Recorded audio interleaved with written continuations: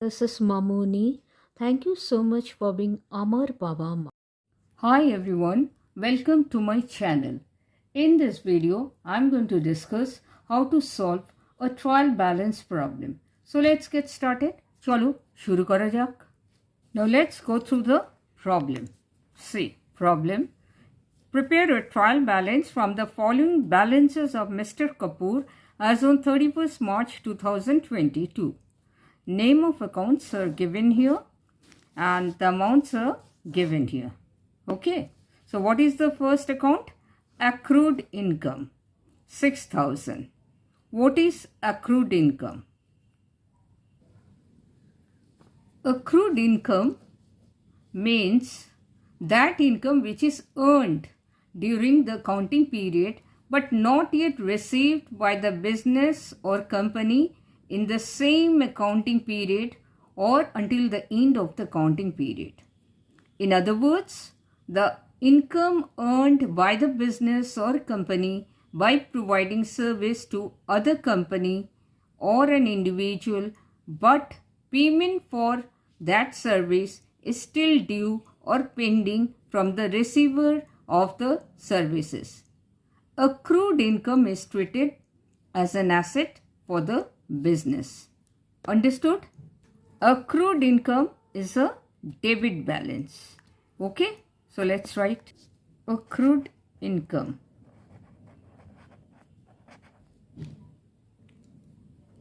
Accrued income is a debit balance. That is the reason we are writing 6,000 in the debit column.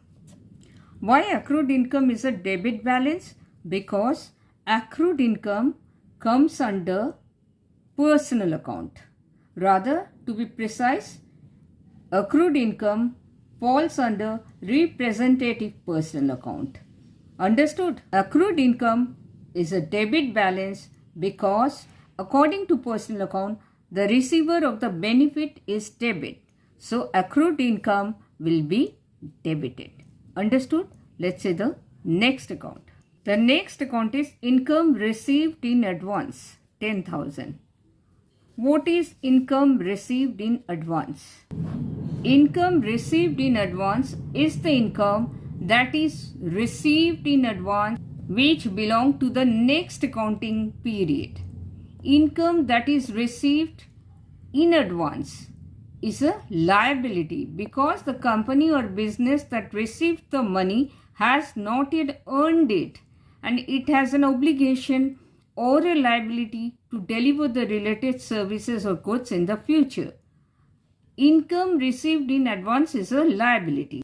Income received in advance is also known as unearned income or pre-received income. Income received in advance is a credit balance. Let's write income received in advance, 10,000.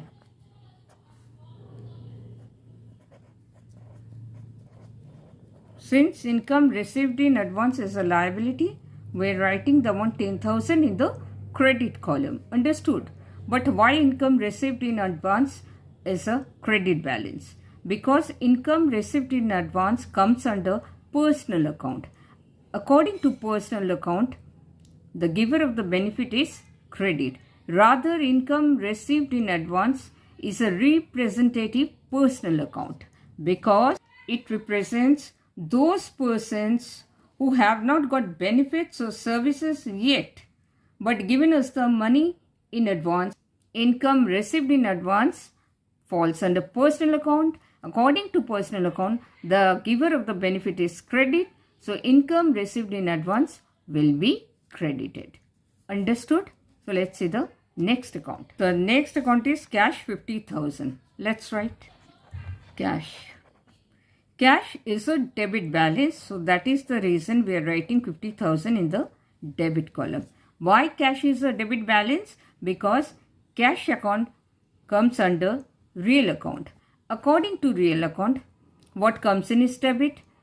From the business point of view, cash comes into the business. So, cash account will be debited. Understood? Let's see the next account. Capital account. 1 lakh.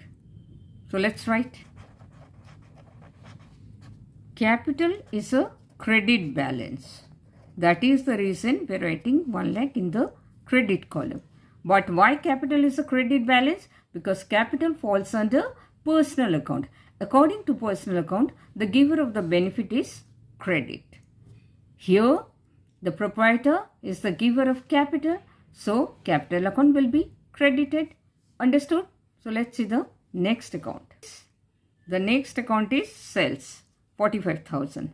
Let's write sales. Sales is a credit balance. 45,000. That is the reason we are writing 45,000 in the credit column. Why sales is a credit balance? Because sales comes under real account as well as nominal account. According to real account, what goes out is credit. Here, when goods are sold, goods go out from the business. So, sales account will be credited. According to nominal account, all gains and incomes credit. Here, when goods are sold, money comes in. So, sales is an income for the business. So, sales account will be credited. Understood? Let's see the next account. Creditors account, 35,000. Let's write creditors.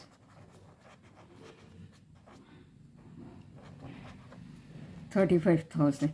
Creditors is a credit balance.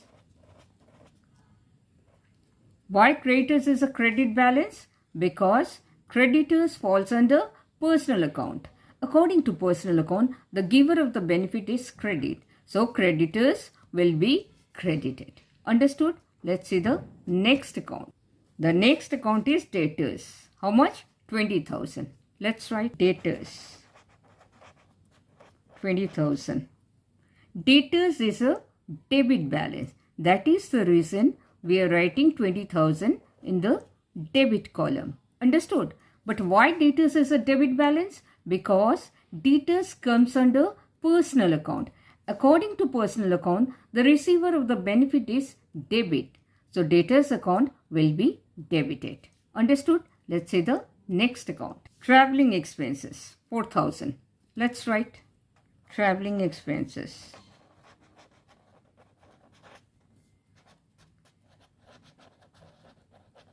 Traveling expenses is a debit balance. That is the reason we are writing 4,000 in the debit column. But why traveling expenses is a debit balance? Because traveling expenses falls under nominal account. According to nominal account, all losses and expenses debit. Here, traveling expenses is an expense for the business. So, traveling expenses will be debited. Understood? So, let's see the next account. Land and building, 1 lakh. Let's write land and building.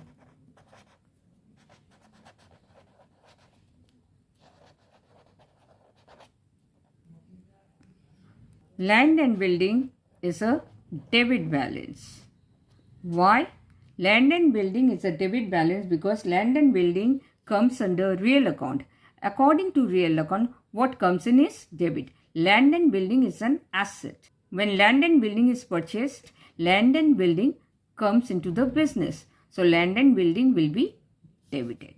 Understood? Let's see the next account. The next account is factory expenses, 2,000. Let's write factory expenses.